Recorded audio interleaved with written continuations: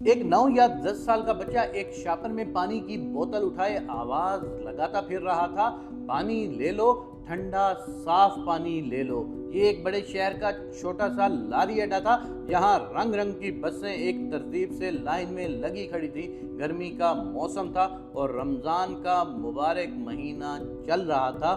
ڈھیروں مسافر اڈے پر ادھر سے ادھر بھاگے پھر رہے تھے، کچھ بسوں پہ سوار ہو رہے تھے اور کچھ بسوں سے اتر رہے تھے، اور وہ چھوٹا سا بچہ پانی کی بوتلیں بیچنے کے لیے آوازیں لگاتا پھر رہا تھا۔ ایک بس کے پاس کھڑے ادھیر عمر مسافر نے اسے آواز لگائی، ادھر آج چھوٹے۔ بچہ بھاگم بھاگ اس کی طرف بڑھا، اس کی تیزی اس کی خوشی کی غمخوار تھی کہ گاہک مل گیا۔ پاس پہنچا تو آدمی سے بولا، پانی کی چھوٹی بوتل دوں کہ بڑی؟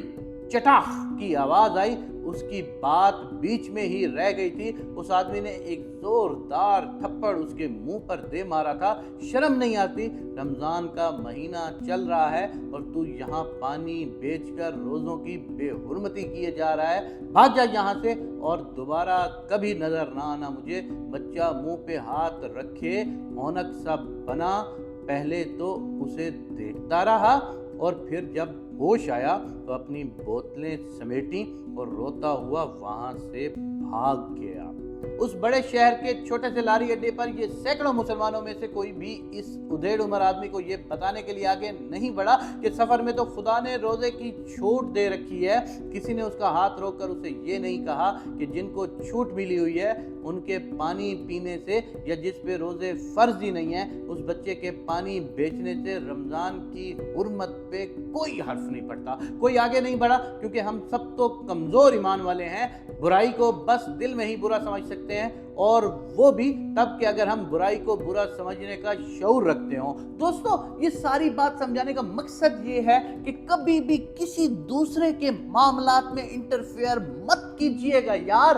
روزہ اللہ اور کسی شخص کا معاملہ ہے، نماز اللہ اور کسی شخص کا معاملہ ہے، حج اللہ اور اس شخص کا معاملہ ہے، زکوٰۃ اللہ اور اس شخص کا معاملہ ہے۔ جتنے اصول دین ہیں، جتنے فروع دین ہیں، جتنی عبادات ہیں، جتنی سب کچھ ہے، یہ اللہ اور اس کی ذات والے بندے کا آپس کا معاملہ ہے۔